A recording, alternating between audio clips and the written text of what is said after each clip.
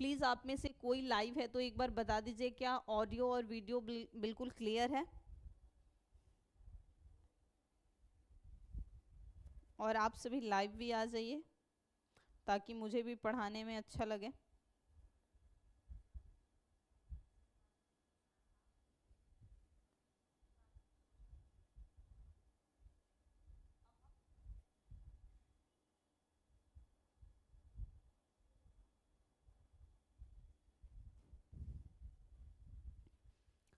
तो स्क्रीन पर जो पहला प्रश्न है वो है, सल्तनत काल के अधिकांश अमीर व सुल्तान किस वर्ग के थे? यानी जो भी सुल्तान बने थे या अमीर, एक उस समय वर्ग होता था। अमीर यहाँ रिच शब्द के लिए नहीं प्रयोग किया गया है, एक वर्ग अमीरों का होता था जो कि उनके प्रमुख कार्यों में भाग लेते थे, उनके लिए। तो कौन थे? क्या तुर्क ज्यादा थे, मंगोल थे, तातार थे, या अरब? अरब कंट्रीज के जो थे वो थे, आपको बताना है। तो याद रखिएगा, जो सर्वाधिक सुल्तान चुने गए थे सल्तनत काल में, यानी कि 1206 से लेकर 1526 के मध्य जो भी दिल्ली सल्तनत में अलग अलग वंशों में शासक बने थे, उनमें से सर्वाधिक जो सुल्तान या अमीर वो बने थे तुर्क से। यानी कि ऑप्शन ए इज राइट।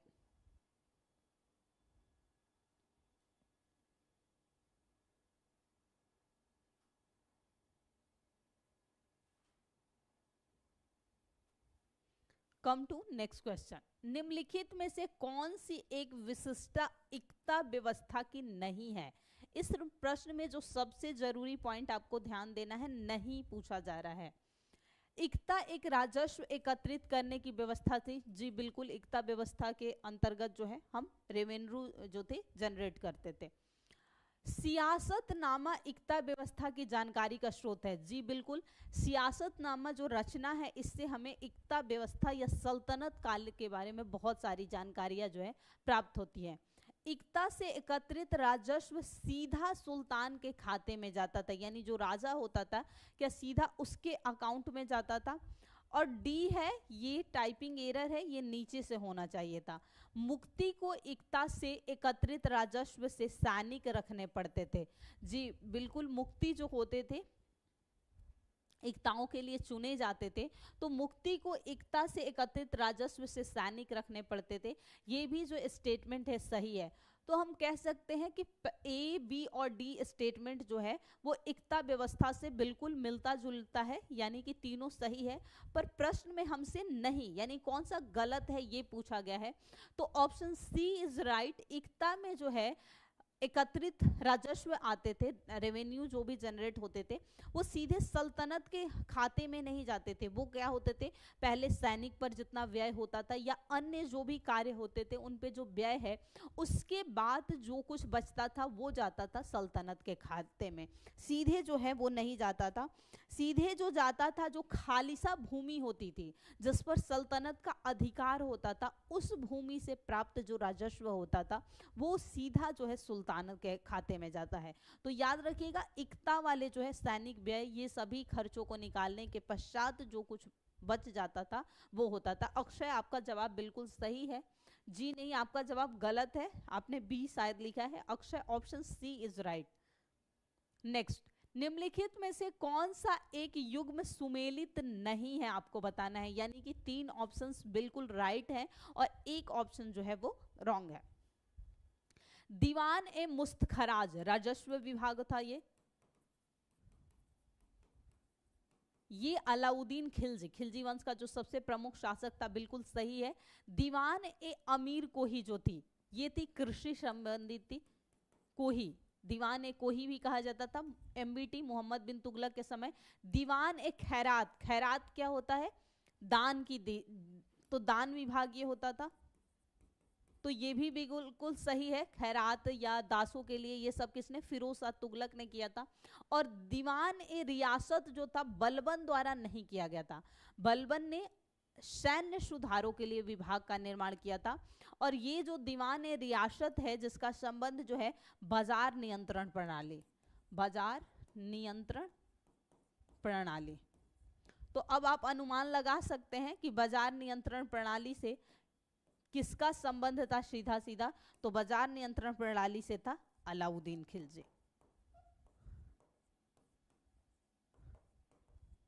तो आप कह सकते हैं ऑप्शन डी इज राइट, जो चौथा नंबर है वो गलत है, बाकी तीनों जो युग्म है वो सही है। Come to next question. दीवान ए अमीर को ही एक नया विभाग किस सुल्तान द्वारा शुरू किया गया था? अलाउद्दीन खिलजी, फिरोज शाह तुगलक, मोहम्मद बिन तुगलक और सिकंदर लोदी। यहां हमने देखा दीवान ए अमीर को ही किससे संबंधित था, तो सही जो हमारा जवाब होगा option C is right, Mohammad bin Tughlaq. Mohammad bin Tughlaq ने कृषि सुधार के लिए बहुत सारे कार्य किए थे। इसने सबसे पहली बार, यानी दिल्ली सल्तनत का ये पहला ऐसा शासक था जिसने कृषि विकास के लिए फसलों को उपजाऊ बनाने के लिए जो है पहली बार कृषि ऋण मुहैया कराया था, जिसे कि हम तकावी ऋण के रूप में जानते हैं। दिल्ली सल्तनत में ये पहला शासक था जिसने तकावी ऋण की शुरुआत की थी। कृषि में खासकर बीज के लिए, हलों के लिए जो है एक ऋण दिया जाता था जो सोंधर के नाम से जाना जाता था, सोंधर ऋण था। सिंचाई के लिए भी इसने काम किया था। वैसे सिंचाई के विकास के लिए पहला कार्य जो दिल्ली सल्तनत में किया गया था वो किया गया था तुगलक वंश के शासक गयासुद्दीन तुगलक ने। गयासुद्दीन तुगलक ने ही सर्वप्रथम नहरों की खुदाई करवाई थी, लेकिन सिंचाई के कार्यों में विस्तार करने में योगदान मोहम्मद बिन तुगलक का रहा। लेकिन इस यानी कि सिंचाई प्रणाली को विस्तार दिया, अधिक से अधिक नहरों का निर्माण करवाया, ये कार्य किया गया था फिरोज शाह तुगलक द्वारा। फिरोज शाह तुगलक ने सिंचाई पर कर भी लगाए थे और कल के सेशन में हमने इस बात पे चर्चा भी की थी और एक प्रश्न भी था जिसे शक ए सर्ब के नाम से जाना जाता था, और वो होता था सिंचाई पर लगा हुआ कर, जो कि उत्पादन का 1/10 हिस्सा होता था। तो याद रखिएगा कि मोहम्मद बिन तुगलक ने किया था। और कृषि ऋण क्या मुहैया कराता था, तो कृषि ऋण जो होता था, लोन जो दिया जाता था वो तकावी ऋण कहलाता था, तकावी। और ये पहला शासक था। और कृषि ऋण में खासकर बीज व हल के लिए जो ऋण दिए जाते थे वो सोंधर के नाम से जाना जाता था, सोंधर। ये बात याद रखिएगा। तकावी ऋण की शुरुआत जो है सर्वप्रथम उसी के द्वारा, क्योंकि एक शासक का मान्यता होता है कि जब आप कृषक जो होता है, जो किसान वर्ग होता है, अगर उसकी फसलें सही होगी तो ही जाकर आपका जो कर है वो चुका पाएगा। और ये रियलिटी है। मान लीजिए कोई व्यक्ति कृषि कर रहा है, अगर उसकी फसलें बर्बाद हो जाए या बहुत कम हो, वो कहाँ से ऋण दे पाएगा, या फिर जो कर चुकाना है वो कहाँ से? अगर उसको अच्छे फसल उत्पाद होंगे तो वो खुशी खुशी जो है कर जो है चुका पाएगा। तो शासक का मानना था कि जितनी अच्छी फसल होगी वो उतने अच्छे से जो है कर को दे पाएगा, और ये सच्चाई भी है। Come to next. निम्न में से किस राजवंश के अंतर्गत विजारत का चरमोत्कर्ष हुआ? इलबरी, खिलजी, तुगलक और लोदी।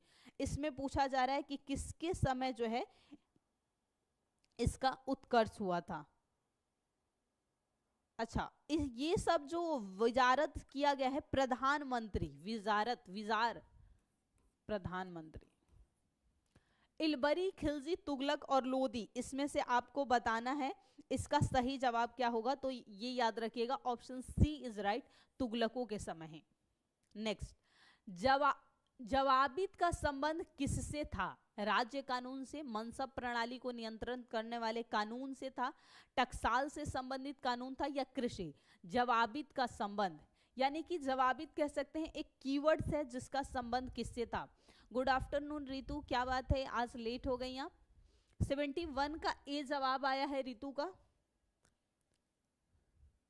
और रितु 71 का जो सही जवाब है वो है ऑप्शन सी इज राइट, तुगलकों ने किया था। वजीर एक पद होता था जो प्रधानमंत्री के बराबर माना जाता है, उसकी बात हो रही है, उसी के लिए विजारत शब्द प्रयोग किया गया है, वजीर के लिए। 72 का बिल्कुल सही है। जवाबित जो शब्द है वो राज्य कानून से, ये कह सकते हैं ये कीवर्ड्स, और ये ट्रेंड में रहता है आजकल। खासकर आप सिविल सर्विस के एग्जाम की बात करें, चाहे वो स्टेट पीसीएस हो, यूपीएससी हो, उसमें कीवर्ड्स पूछे जाने के ट्रेंड बढ़ गए हैं। राम राम जी।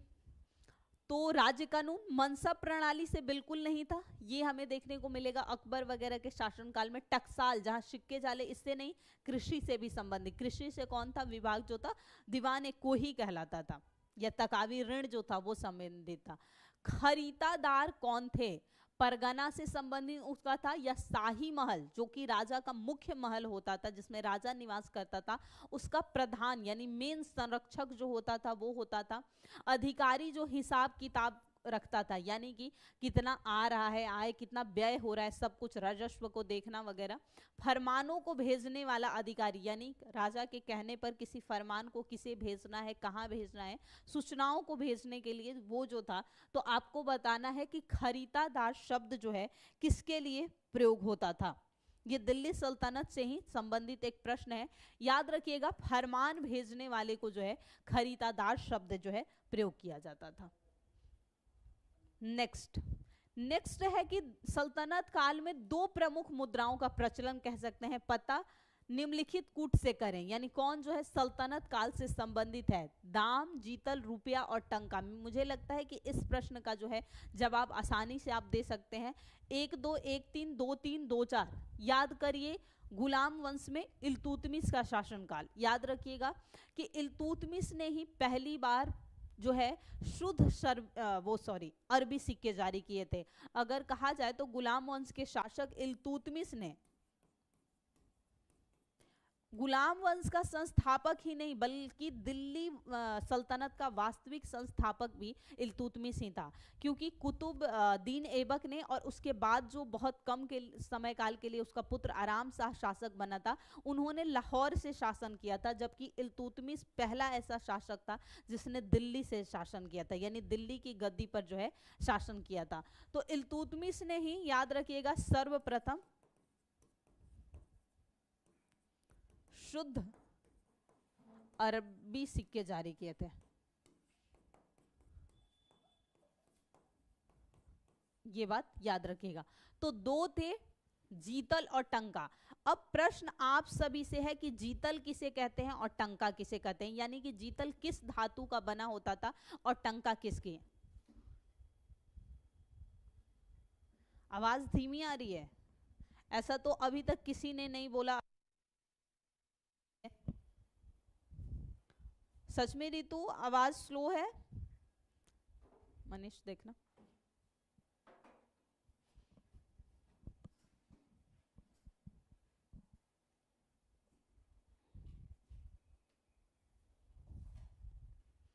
तो यार अब प्रश्न आप सभी से है कि जीतल किस धातु का बना होता था और टंका किस, और इन दोनों धातुओं में आवाज तो सही है 1 इतना अनुपात जो था इन दोनों सिक्कों का 1/4 था।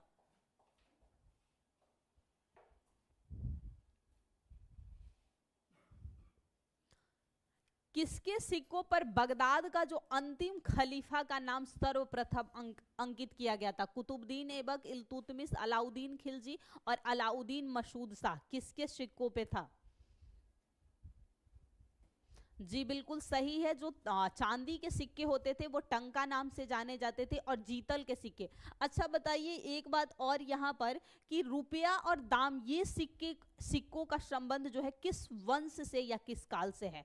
जो रुपया होता था, मैं बता दूं, ये चांदी के सिक्के होते थे जिसे रुपया या रुपयक शब्द भी प्रयोग किया जाता था। और दाम, तो इन दो सिक्के जो कि बच गए इसमें, ये दो ऑप्शन ए एंड कह सकते हैं, ए नहीं सॉरी 1 और 3, तो इन दोनों, ये जो दो सिक्के हैं ये किस काल से संबंधित है? ये प्रश्न भी आप सभी से है। अंतिम खलीफा का नाम क्या था 75 का बी ऋतु का? इल्तुतमिश ने अपने सिक्कों पे, इल्तुतमिश ने कब खलीफा का नाम अंकित करवा दिया था अपने सिक्कों पे? ना तो ऐबक ने करवाया था, ना इल्तुतमिश, ना ही खिलजी। याद रखिएगा अलाउद्दीन मसूद शाह ने जो है सबसे पहले अपने सिक्कों पे किया था। इस अंतिम जो खलीफा था उसका नाम था अल मुस्तसीम। अंतिम खलीफा अल मुस्तसीम ये नाम था, और इसके जो करवाए थे अलाउद्दीन मसूद शाह, और इसका शासनकाल था 1242 से 46 तक। .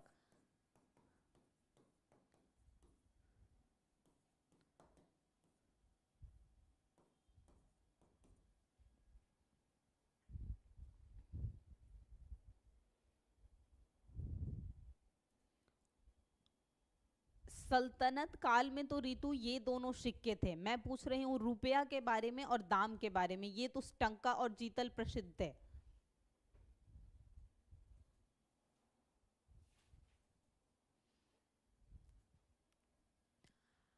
सूची 1 और 2 को सुमेलित कीजिए और सूचियों के नीचे दिए हुए जो है वो उत्तर को चुनिए। भवन और निर्माणकर्ता, ये थोड़ा टाइपिंग एरर है, यहां निर्माणकर्ता दिए हुए हैं। एक तरफ भवनों के सुल्तानगढ़ी, लाल महल, जमात खान मस्जिद, 2.5 दिन का झोपड़ा। इसमें से कम सबको ये बात पता है होगा कि 2.5 दिन का झोपड़ा जो है किसके द्वारा बनाया गया है? 2.5 दिन का झोपड़ा कुतुबुद्दीन ऐबक। हाँ, अब ऋतु आपका जवाब जो है सही है। हाँ, अब आपका जवाब सही है। 2.5 दिन का झोपड़ा हर कोई जानता है कुतुबुद्दीन ऐबक ने बनाया था। 2 काम किए थे मुख्य, एक 2.5 दिन का झोपड़ा और एक जो है कुतुब मीनार की नींव रखी थी, क्योंकि पूरा तो कई शासकों ने करवाया था, तो कुतुबुद्दीन ऐबक द्वारा। अब डी का दूसरा कितने में है? डी का दूसरा हम देख सकते हैं, एक तो ये ABCD, इन 2 में से 2 ऑप्शन को हम आसानी से जो है इलिमिनेट कर लिए। याद रखिएगा, लाल महल जो बनवाया गया था ये बलबन द्वारा बनवाया गया था, यानी कि बी का चौथा। अब इन दोनों में बी का चौथा इसमें है, यानी कि ऑप्शन सी सही होना चाहिए। अब बचा हमारे पास सुल्तानगढ़ी, तो सुल्तानगढ़ी इल्तुतमिश का हो गया और जमात खान मस्जिद हो गया अलाउद्दीन खिलजी। मिलान करने वाले में जरूरी नहीं कि आपको एग्जैक्ट चारों के बारे में पता ही हो, अगर 2 के बारे में आपको पता है तो आपके चांसेस होते हैं कि आपका जवाब जो है सही है। ऐसा नहीं कि 100% श्योरिटी मैं दे सकती हूँ, पर चांसेस ये होते हैं कि आपका जवाब जो है वो सही होगा, और ऋतु का जवाब बिल्कुल सही आया है, ऑप्शन सी इज राइट। निम्नलिखित में से किसने कुतुब मीनार के निर्माण में योगदान नहीं दिया?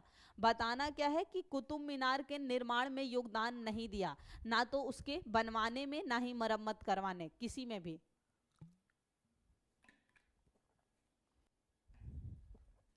कुतुब मीनार किसकी स्मृति में बनाया गया था? ये प्रश्न आप सभी को बताना है कि कुतुबुद्दीन ऐबक ने किसकी स्मृति में कुतुब मीनार की नींव रखी थी? नींव किसने रखी थी? कुतुबुद्दीन ऐबक ने। पूरा किसने करवाया था? इल्तुतमिश ने। अलाउद्दीन खिलजी का कोई संबंध नहीं है। फिरोज शाह तुगलक ने पहले 4 मंजिल ही थे, लेकिन क्या हुआ था, एक बार बिजली की वजह से 4थी मंजिल ध्वस्त हो गई थी, तो फिरोज शाह तुगलक ने क्या किया कि उस 4थी मंजिल के स्थान पे 2 मंजिल बना दी, यानी 2 और कर दी छोटी छोटी मंजिल, तो इसने मरम्मत करवाया कह सकते हैं वो मरम्मत हम लिख सकते। इसके अलावा याद रखिएगा कि इसमें योगदान सिकंदर लोदी का भी मरम्मत में रहा है,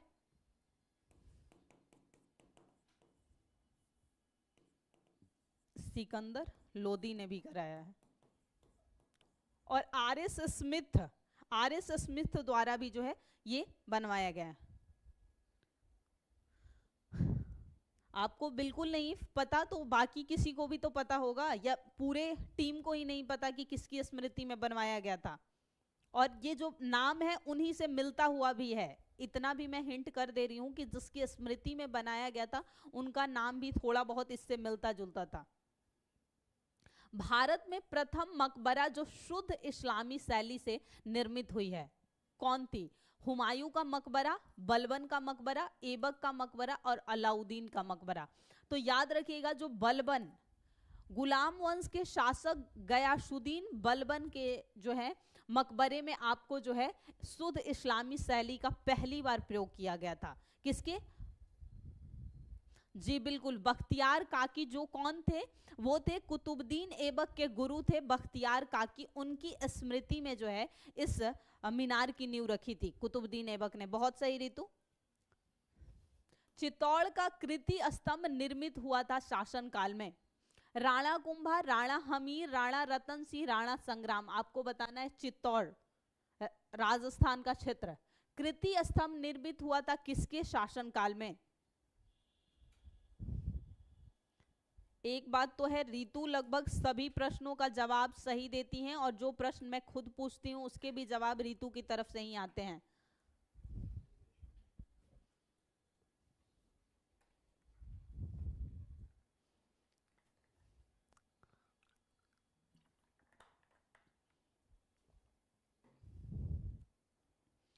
गुड इवनिंग। अब है, याद रखिएगा कि जो कृति स्तंभ बनवाया गया है ये राणा कुंभा द्वारा बनवाया गया था। किसके द्वारा बनवाया गया है? ए जवाब आया है रितु का भी, राणा कुंभा द्वारा जो है ये बनवाया गया था। नेक्स्ट, निम्नलिखित युग्मों में से कौन सुमेलित नहीं है? ध्यान देना है, सुमेलित नहीं है। अजमेर, कुवत उल इस्लाम, जौनपुर अटाला मस्जिद, मालवा जहाज महल और गुलबर्गा जामा मस्जिद। आपको बताना है कौन एक जो है वो सही नहीं है, और बहुत इजी भी है। आप जानते हैं कि जौनपुर का अटाला मस्जिद बहुत फेमस है। जौनपुर में जो अटाला मस्जिद बना हुआ है वो बहुत,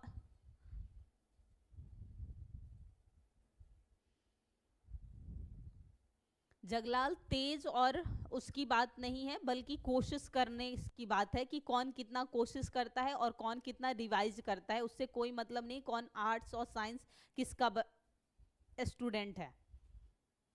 मालवा में याद रखेगा जहाज महल मध्य देश में बना है। गुलबर्गा का जामा मस्जिद, कुवत उल इस्लाम जो मस्जिद बना हुआ है ये दिल्ली में है।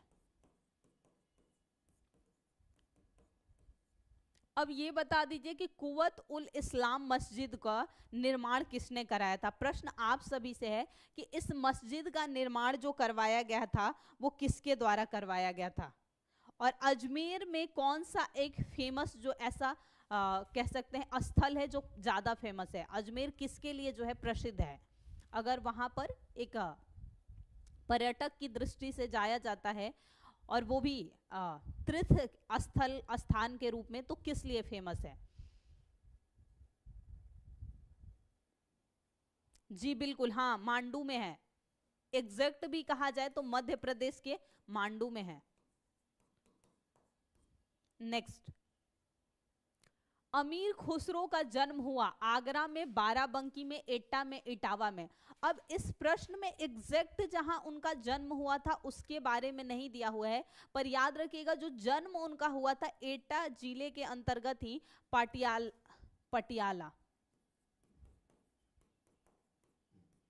पटियाला जो है वहां पर हुआ था। एग्जैक्ट नहीं दिया है।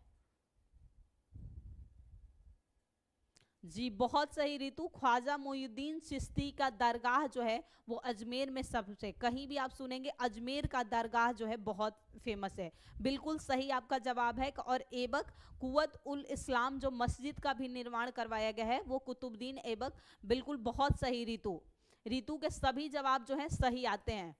एटा में पटियाला नामक स्थान पे जन्म हुआ था, पर जो डिस्ट्रिक्ट है एग्जैक्ट नहीं दिया हुआ था, एटा होना चाहिए, पटियाला के अंतर्गत ही।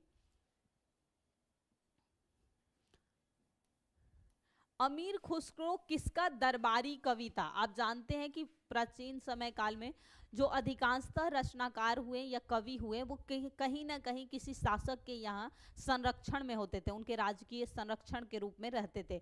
तो किसके दरबार में कवि थे?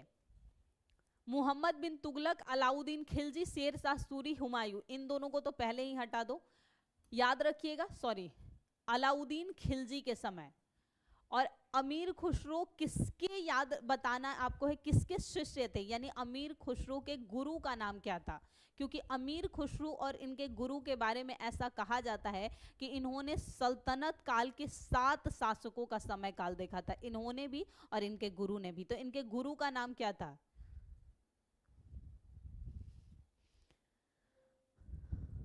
बहुत सही, अलाउद्दीन खिलजी। नेक्स्ट, निम्नलिखित में से किसने दिल्ली के 7 सुल्तानों का, ये टाइपिंग एरर है, का शासनकाल देखा था? यहाँ प्रश्न भी उससे रिलेटेड पूछा गया।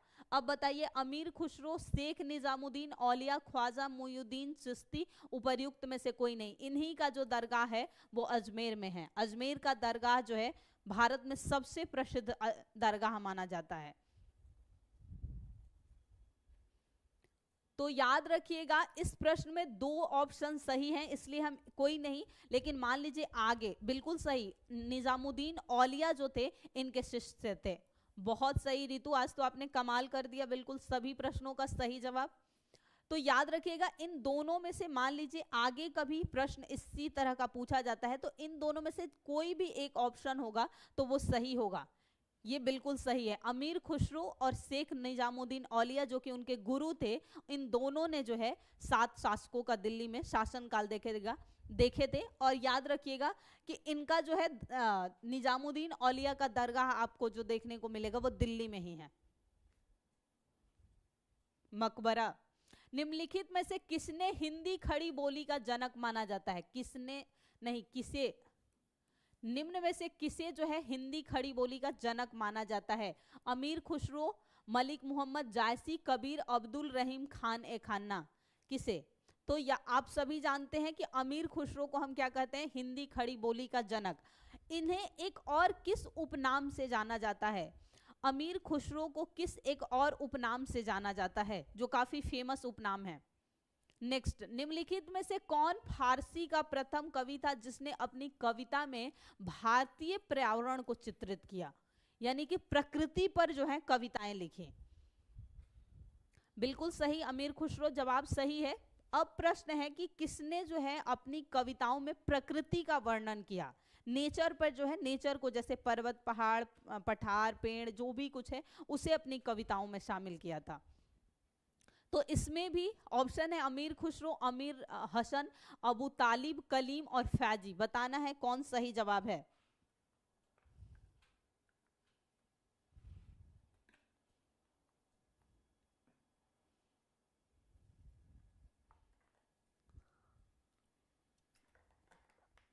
बिल्कुल सही, तूतीय हिंद के नाम से जाना जाता था या तूतीय हिंद कहा जाता था। बिल्कुल सही जवाब है। तो ये भी होगा ऑप्शन ए, अमीर खुसरो का ही। शायद अभय का जवाब आया है और रितु का। बिल्कुल सही। नेक्स्ट, 86 का जवाब पहले आ चुका है। संगीत यंत्र जो होता है तबला, जैसे संगीत के लिए कई वाद्य यंत्र होते हैं, आखिर गूगल से भी सर्च करके बता तो रही है, कम से कम आपके पास भी गूगल है, आपके फोन में तो ऐसा है नहीं कि गूगल आपके फोन में ब्लॉक कर रखा है आपको, सबके फोन में ही गूगल है, कम से कम बता तो रही है। इतना तो माइंड शार्प है कि सर्च करके भी बता पा रही है। क्यों जेलस हो रहा है? क्योंकि रितु का नाम बार बार लिया जा रहा है। तबला का प्रचलन किया आदिल शाह ने, अमीर खुसरो ने, तानसेन ने, बैजू बावरा ने, किसने जो है तबला का प्रचलन किया था? तो याद रखिएगा अमीर खुसरो, इसका भी जवाब होगा ऑप्शन बी इज राइट। अमीर खुसरो ने ही तबला जो है यंत्र, वाद्य यंत्र, उसका प्रचलन किया। निम्नलिखित में से किसे भारत का सादी कहा गया है? अमीर हसन, अमीर खुसरो, अबू तालिब, कलीम और चंद्रभान ब्राह्मण। कोई नहीं रितु, हर किसी के बात का ध्यान नहीं देते।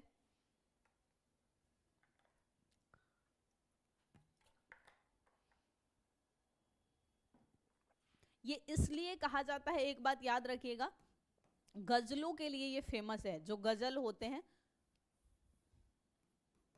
इसलिए इन्हें भारत का शादी। अब बता दीजिए, अमीर खुसरो, अमीर हसन, अबू तालिब, कलीम और चंद्रभान ब्राह्मण। तो इसमें सही जवाब होगा option C is right, Abu Talib Kaleem.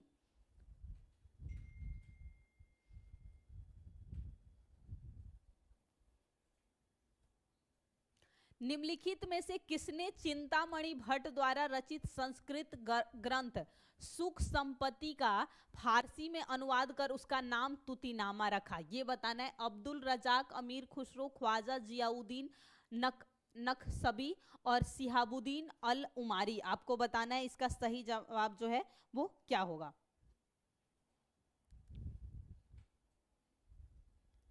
मैं जो भी प्रश्न पूछती हूँ, एक तो बहुत हार्ड है नहीं कि किसी को गूगल करने की ज़रूरत पड़े, बहुत इजी प्रश्न होते हैं। अगर आपने थ्योरी की एक दो बार भी अच्छे से बुक पढ़ी होगी और अच्छे से उसे एक बार भी रिवाइज किया होगा तो ये सभी प्रश्नों के जवाब आप सही दे सकते हैं। मैंने बहुत ऐसे कोई हार्ड प्रश्न नहीं पूछे हैं, बहुत ईजी प्रश्न हैं। आपको बताना है किसने जो है तूतीनामा, जो कि एक संस्कृत ग्रंथ था, उसका फारसी में अनुवाद करके, सॉरी, तुतीनामा किया गया था। आपने क्या उनके घर में कैमरा लगा रखा है कि दिखाई दे रहा है कि 2 फोन लेकर बैठी है या 3 फोन लेकर बैठी है?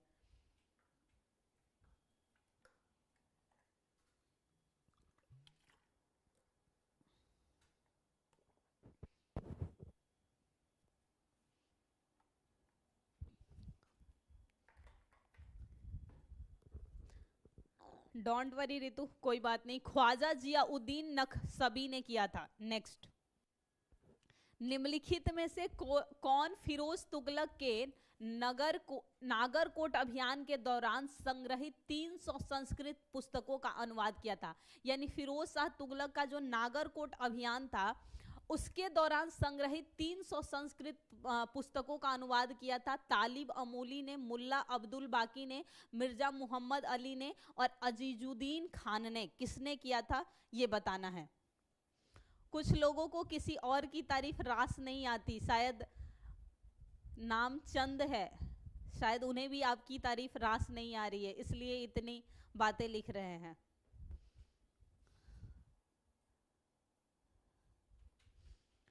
तो इसका सही जवाब क्या होगा बताना है आपको। नागरकोट अभियान पर जो है 300 पेज की जो है पुस्तक लिखी गई है। इनमें से सही जवाब क्या होगा?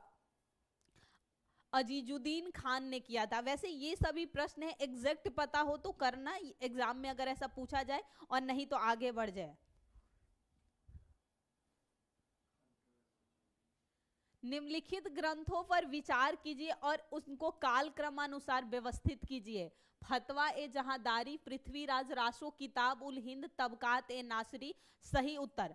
अब इसमें थोड़ा सा आप अगर कॉमन सेंस यूज करिएगा तो इस प्रश्न का बिल्कुल सही जवाब दे सकते हैं कि क्या होगा। थोड़ा सा बस ये देखना है कब किसके समय काल में लिखी गई है, क्योंकि जरूरी नहीं कि यहाँ रचनाकार का नाम पता हो तो आप सही जवाब दे सकते हैं।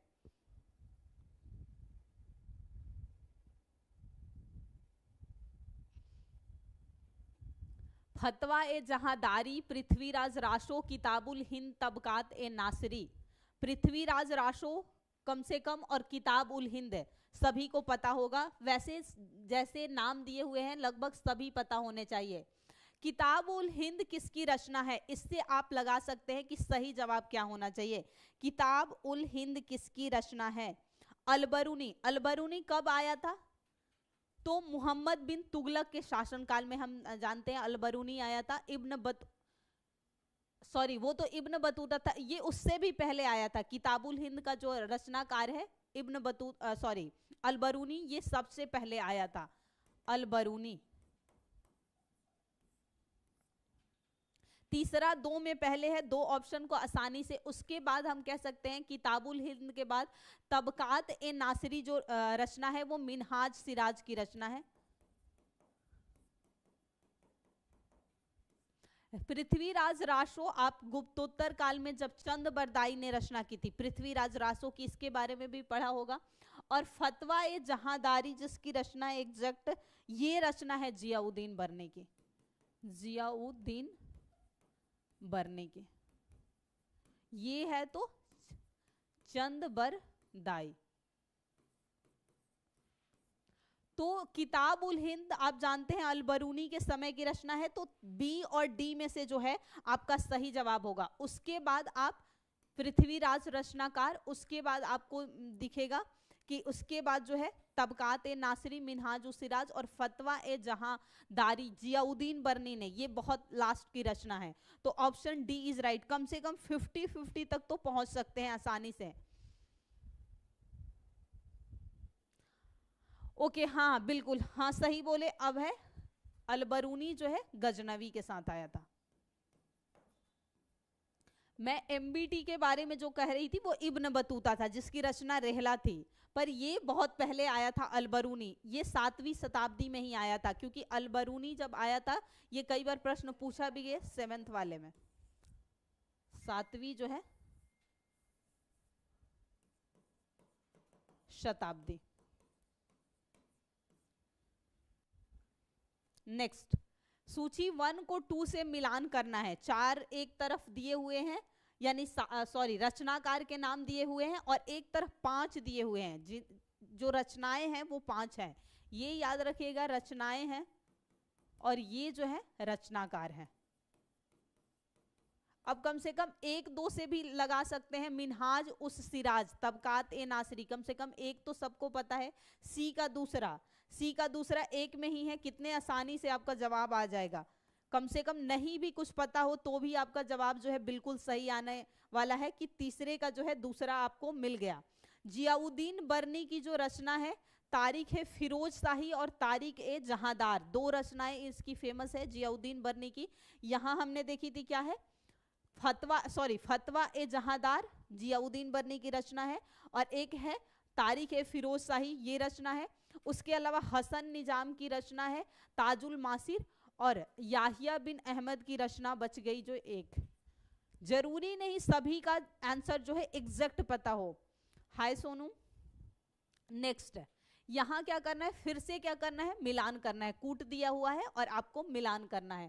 ताजुल मासीर, खजाइन उल फतूह, तारीख ए मुबारक शाही, फतवा ए जहादारी। अब देखिए एक का तो आपने पढ़ रखा है, फतवा ए जहादारी कौन था, जियाउद्दीन बर्नी। अब डी का पहला एक में ही है, आसानी से आपका जवाब आ गया। तो एक दो कुछ भी पता हो उससे जो है चांसेज आपके बन जाते हैं कि आपका जवाब जो है वो सही ही आए। इसके अलावा हम देख सकते हैं जो सही जवाब ऑप्शन ए हो रहा है, यानी ताजुक मासिर, हसन नाजमी, खजाइन उल फतूह जो है अमीर खुसरो की रचना है, और तारीख ए मुबारक शाही, ये पता बहुत लोगों को होता है, तारीख ए मुबारक शाही जो थी याहिया बिन अहमद सरहिंदी की रचना थी। तो दो जो है बहुत लोगों को पता होगा, कम से कम दो के बारे में बहुत लोग जो है जानते होंगे। बिल्कुल सही जवाब। नेक्स्ट फिर क्या है, फिर से मिलान करना। याद रखिएगा साहित्य और साहित्यकार वाले जो चैप्टर है उसमें मेनली ज्यादातर प्रश्न जो बनते हैं वो मिलान करने। इसका एक ही तरीका है, जितने भी प्रमुख रचनाएं हैं, जितनी प्रमुख रचनाएं हैं उसके रचनाकारों को जो है 3-4 बार पढ़ लीजिए, जितना हो सके उसमें से कुछ जो मेन है उसे रट जाइए।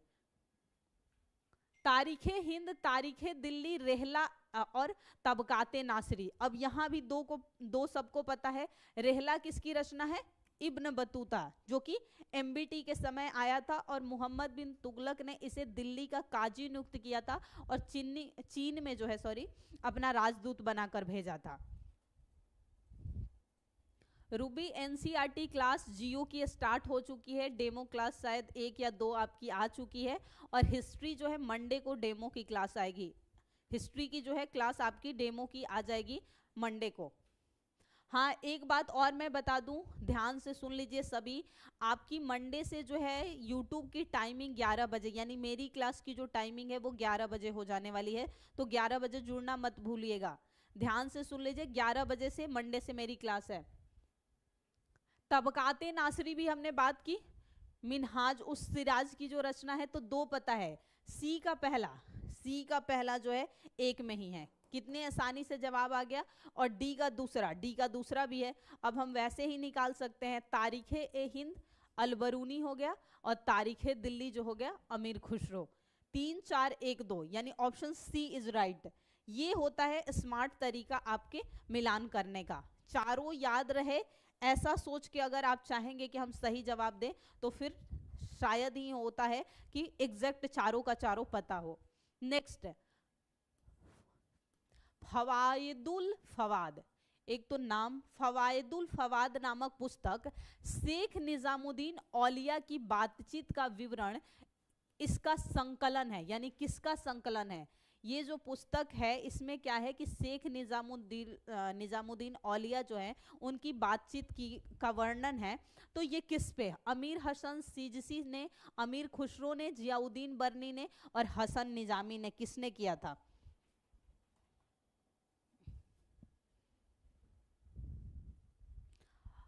रूबी 2 दिन जो क्लास हुई है वो डेमो की, वो यूट्यूब पे भी पड़ी है और एप्लीकेशन पे। अगर आपको बैच परचेज करना है तो आप बैच जाकर ऐप पर परचेज कर सकती हैं।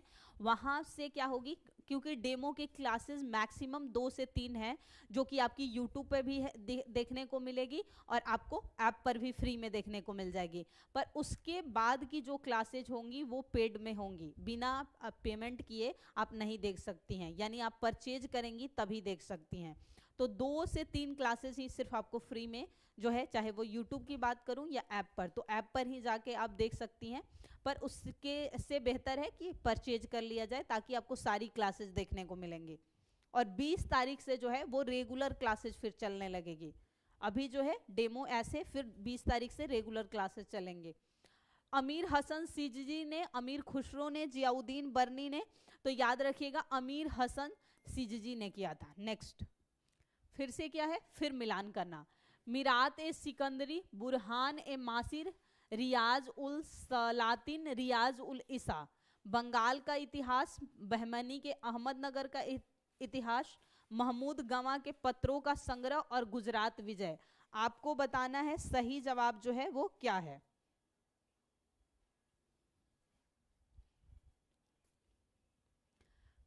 गुजरात विजय जो हमें मिलती है जानकारी गुजरात विजय की, वो मिलती है मिरात ए सिकंदरी में। किसके मिलती है, मिरात ए सिकंदरी में। अब ए में चौथा देखिए, 2 में है, 2 को हम आसानी से, यानी कि 2 तक तो हम पहुंच गए। उसके बाद हम मैं अगर कहूं तो एक बुरहान ए मासिर जो है ये इजी है, ये कह सकते हैं, जो बहमनी शासक थे, अहमदनगर के इतिहास की जानकारी मिलती है। अब देखते हैं बी का दूसरा कितने में है। बी का दूसरा तो ये तो ऑलरेडी एलिमिनेट हो चुका है, इसमें भी बी का दूसरा है, कोई आइडिया नहीं चल पाया। रियाज उल सलातिन और रियाज उल इशा, इनमें याद, अच्छा हाँ, रियाज उल सलातिन से बंगाल के इतिहास की जानकारी मिलेगी। सी का पहला, तो ये अब आपका जवाब जो है सही आएगा, रियाज उल इशा से जो है तीसरा। Option A is right. कितने लोग ऑप्शन ए के साथ गए हैं, रीतू का जवाब सिर्फ आया है ऑप्शन ए, बिल्कुल सही। निम्नलिखित में से कौन सा राजपूत राजा संगीत पर एक पुस्तक के लेखक के रूप में जाना जाता है। जयचंद गढ़वाल, पृथ्वीराज चौहान, राणा कुंभा और मानसिंह। याद रखिएगा जब भी पृथ्वीराज चौहान की बात हो रही हो, यानी कि पृथ्वीराज तृतीय की बात की जा रही है, ये बात जो है आपको याद रखनी है। तो 96 का जो सही जवाब है, याद रखिएगा, जो राणा कुंभा थे, जिन्होंने हमने पढ़ा अभी तक कृति स्तंभ की बात की थी, तो इन पर ही जो है संगीत पर एक पुस्तक के लेखक के रूप में जाना जाता है इनको, क्योंकि इन्हें जो है कई विषयों का ज्ञान था और संगीत में इनकी रुचि जो थी बहुत अधिक थी। यहाँ क्या है, फिर से वही बात मिलान करना है। एक तरफ क्या है, मुल्ला दाऊद, अच्छा यहाँ भी वही है, रचनाकार और रचनाएं।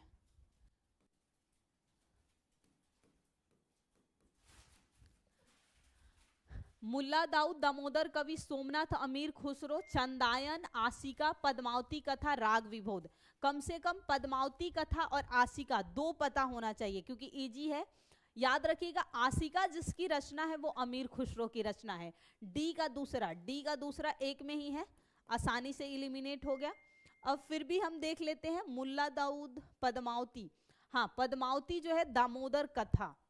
देखिए सिर्फ पद्मावत की बात हो तो आप जानते हैं कि पद्मावत के रचनाकार कौन है। ये प्रश्न भी आप सभी से ही बहुत इजी प्रश्न है कि पद्मावत के रचनाकार कौन है, लेकिन यहाँ है पद्मावती कथा, तो याद रखिएगा दामोदर कवि। बी का तीसरा बिल्कुल सही है। अब बच गया, हम देख लेते हैं, मुल्ला दाऊद की रचना ही है चंदायन और सोमनाथ की रचना है रागबोध। 2 जो है नहीं, पर 2 बहुत इजी हैं। पद्मावत के रचनाकार कौन है, बहुत ही इजी है। निम्नलिखित मध्यकालीन विद्वान लेखकों में कौन जैन धर्म का अनुयायी था। किसने जो है जैन धर्म को अपनाया था निम्न में से। मालधर वसु, हेमचंद्र सूरी, पार्श्वसारथी और सायण। याद रखिएगा हेमचंद्र सूरी जो थे वो थे, कौन थे, और इन्होंने याद रखिएगा हेमचंद्र सूरी ने संथारा या जो संलेखना प्रथा है उसके तहत ही शरीर का त्याग भी किया था। ये एक विद्वान जो थे जैन विद्वान, इन्होंने इस विधि से ही शरीर का त्याग किया था। जी बिल्कुल सही, जायसी की रचना है पद्मावत। नेक्स्ट फिर क्या है, फिर से मिलान करना ही है। रागमाल बनी, रस कौमुदी, राग विबोध, चतुर्थ दंडी प्रकाशिका। रस कौमुदी, रग, ये शायद टाइपिंग एरर है, 1 मिनट, हाँ ये नहीं है, रागमाला है, रस कौमुदी है, राग विबोध है और चतुर्दंडी प्रकाशिका है सोमनाथ, वेंकटरमन, पुंडरीक विठल, श्रीकंठ। आपको बताना है कौन सा होगा, कम से कम रागमाला और रस कौमुदी जो है ये पता होना चाहिए। रागमाला जो रचना है वो पुंडरीक विठल की है और रस कौमुदी जो है श्रीकंठ। रस कौमुदी पर एक दिन शायद किसी सेशन में चर्चा भी हमारी हुई थी। तीसरा चौथा यहाँ पर देखने को मिल गया। अब बच्चे 1-2 हो रहे हैं, राग विभोद सोमनाथ की और चतुर्दंड वेंकटरमन की। Option A is right. कितने लोग ऑप्शन ए के साथ जा रहे हैं? 98 का बी। अच्छा 98 का बी सही है, ये है 99, टाइपिंग एरर है। नेक्स्ट, आज के सेशन का आखिरी प्रश्न है, क्या है? दिल्ली का वह सुल्तान जिसने अपने संस्मरण खुद ही लिखा था, किसने? इल्तुतमिश ने, बलबन ने, अलाउद्दीन खिलजी ने और फिरोज शाह तुगलक ने। किसने लिखा था? तो याद रखिएगा फिरोज शाह तुगलक, क्योंकि फिरोज शाह तुगलक को जो है कई विषयों का ज्ञान था और इसने बहुत सारे सुधार कार्य किए थे। अगला, तुगलक वंश में सबसे ज्यादा प्रशासनिक सुधारों के क्षेत्र में कार्य किया था जिसने, वो फिरोज शाह तुगलक ने ही किया था। इसने बहुत सारे विभागों का निर्माण किया था। इसके अलावा इसने अनुवाद विभाग बनाया था, लोक निर्माण विभाग यानी नए शहरों की स्थापना के लिए, और कई नए शहरों की स्थापना भी की थी फिरोज शाह तुगलक ने। दान के लिए अलग से औषधालय यानी अस्पताल अलग से बनाया था, दासों के लिए अलग से विभाग बनाया था। तो याद रखिएगा अपने स्वयं लिखा था इसी ने।